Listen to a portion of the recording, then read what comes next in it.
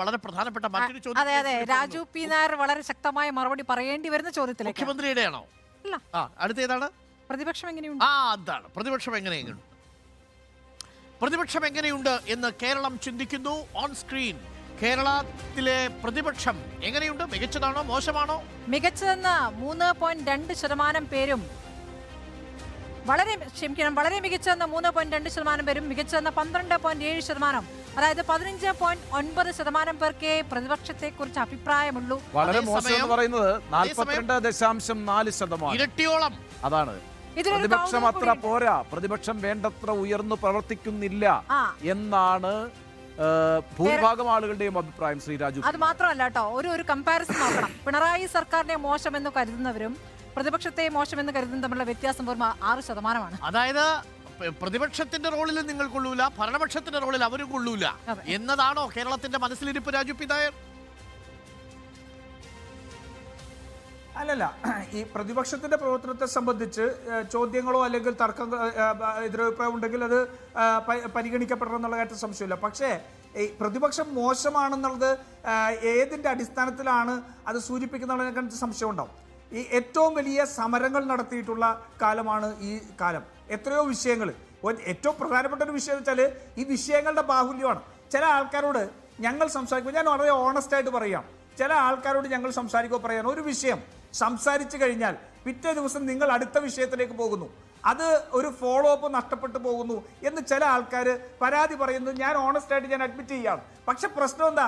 പ്രശ്നം ഈ വീണാ വിജയനും പിണറായി വിജയനും ഉൾപ്പെടെയുള്ള സംഘം ഓരോ ദിവസവും പുതിയ വിഷയങ്ങളല്ലേ. അത് മെറിറ്റ് ഇല്ലാത്ത ഏതെങ്കിലും വിഷയമാണോ? ഇതെല്ലാം മെറിറ്റുള്ള വിഷയങ്ങൾ വരികയാണ്. അപ്പം ജനങ്ങൾക്ക് ഈ വിഷയങ്ങളുടെ വലിയ ബാഹുല്യം, ആ ബാഹുല്യത്തിനനുസരിച്ച് ഒരു അക്രമ സമരം, ഇപ്പോൾ പലപ്പോഴും സമരങ്ങളൊക്കെ അക്രമമാകുമ്പോൾ എതിർക്കുന്ന ജനം തന്നെ ആ പ്രതിപക്ഷത്തെ ഒരു വിലയിരുത്തുന്നത് വലിയ അക്രമ സമരങ്ങളിലൂടെയാണ്. ഹർത്താൽ എന്തുകൊണ്ട് നടത്തുന്നില്ല എന്നുള്ളതാണ് പലരുടെയും ചോദ്യം. ഹർത്താൽ ജനാധിപത്യ വിരുദ്ധമാണ്, അത് നടത്താൻ പാടില്ല എന്ന് കോൺഗ്രസിന് മുൻകാലങ്ങളിൽ തന്നെ ഉണ്ടായിരുന്ന അഭിപ്രായം.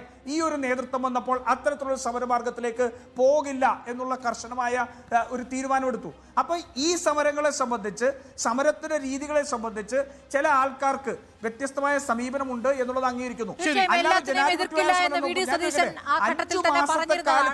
മാത്രമല്ല, ഇവരെ സംബന്ധിച്ച് ഒന്നാം പിണറായി സർക്കാരിന്റെ കാലത്ത് തുടർച്ചയായുള്ള വാർത്താ സമ്മേളനങ്ങൾ, രമേശ് ചെന്നിത്തലയുടെ വാർത്താ സമ്മേളനങ്ങൾ അത് ഗുണം ചെയ്തില്ല എന്നും സ്മൃതി 30 സെക്കൻഡ് പറഞ്ഞോളൂ.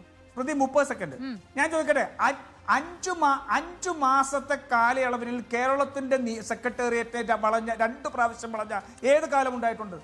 സപ്ലൈകോയിൽ, റേഷൻ കടകളിൽ, താലൂക്ക് ഓഫീസുകളിൽ, വില്ലേജ് ഓഫീസുകളിൽ, കളക്ടറേറ്റുകളിൽ മുഴുവൻ സ്ഥലത്തും കോൺഗ്രസിന്റെ പ്രതിഷേധങ്ങൾ എല്ലാ, കാരണം കോൺഗ്രസിന്റെ പ്രവർത്തകർ പറയുന്ന സമരത്തിന്റെ ബാഹുല്യം.